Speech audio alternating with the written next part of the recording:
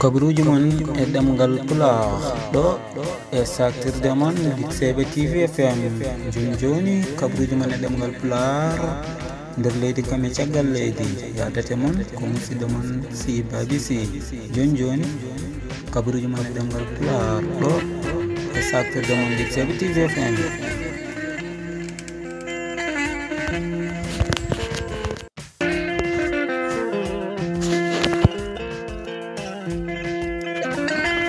jam ñalle mon musidɓe tedduɓe hettiyankoɓe jayde Dixebe TV FM hande ko arde altine 29 lewru mboye mars hitande 2021 min gari addanden jubbande kabaruji ɗemgal pulaar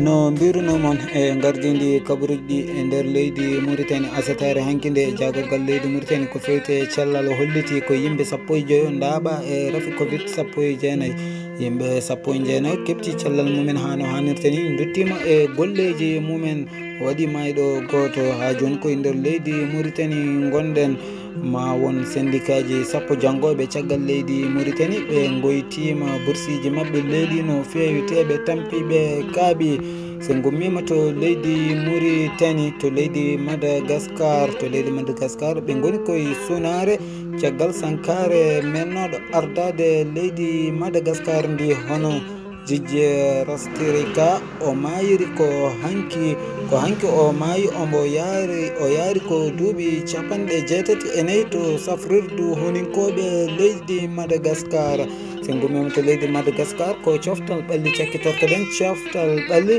jaɓɓotoɗen ko Tall Ablaye Tall o haalanen ko yowiti e qualification coupe d'Afrique hitande 2022 pettowel toon to leydi Cameroun. Tall Ablaye Tall jaam ñallema.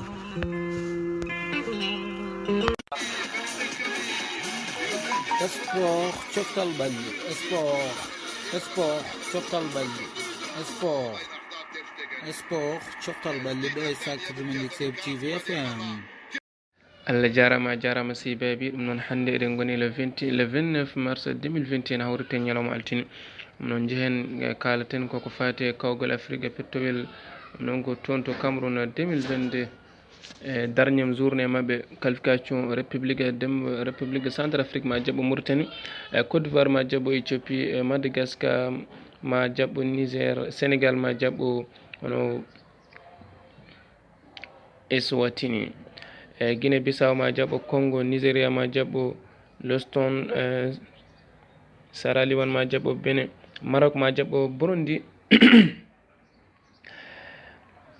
Angola ma jaɓɓo Congo Égypte ma jaɓɓo Comoresi Togo ma jaɓɓo Kenya République démocratie ma jaɓɓo Gambie Burkina Faso ma jaɓɓo Soudan Algérie ma jaɓɓo Botswana Zimbabwe ma jaɓɓo Zambie. ɗum noon ko ɗum ɗo wonno ko kawgal Afrique pettowel 2022 ɗum noon ko toon to Cameroun.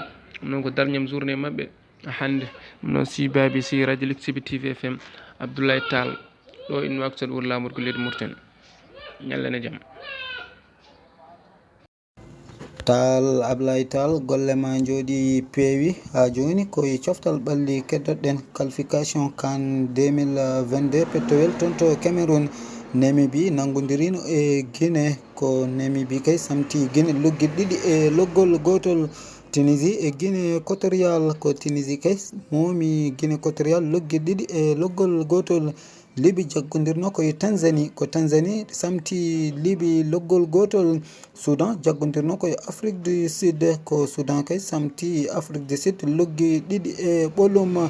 Ghana nangodirno koye Southampton ko Ghana kay samtiɓe loggi tati. Mali jaggodirno koye Tchad ko Mali kay samti Tchad loggi tati.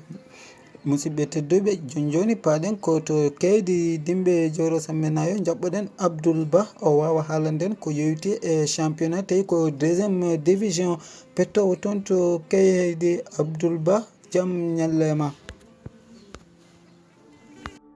Allah jarama Tall Abdoulaye Tall a wiya mbaɗa ko jaam ñalli toon ani Sy Baby to Dixebe caggal nde joɗɗon yidde siftinde futankoɓe ko fate coftal ɓalli hande jaɓanten ɗon to Kehidi Jimbe Joro on est jeudi le 25 3e mois 2021 hono nangodirno ko Koundel e Gataga hono Koundel noon ko joni ari koɓe abbetiɓe e championnat deuxiéme division a keydi ɓe mbaɗe Gataga 2-1 vendredi noon juduno ko Kebbe e Gurel Sange hono Kebbe waɗe mabɓe 2-1 hanke noon ɓe natti ƴettude ñalɗi hande sa juuyi tan ko balɗe ɗiɗi woni ka juwata caggal hankal ɓe jiiɗi ko riddude championnat o avant korka ne yetto janggo kadi inchallah so Allah jaaɓi Gataga ne jogoto nangodirde Kilinkar ma hen keeɓe hen résultat labɗo ɗon sango 6 heures inchallah so Allah jaaɓi.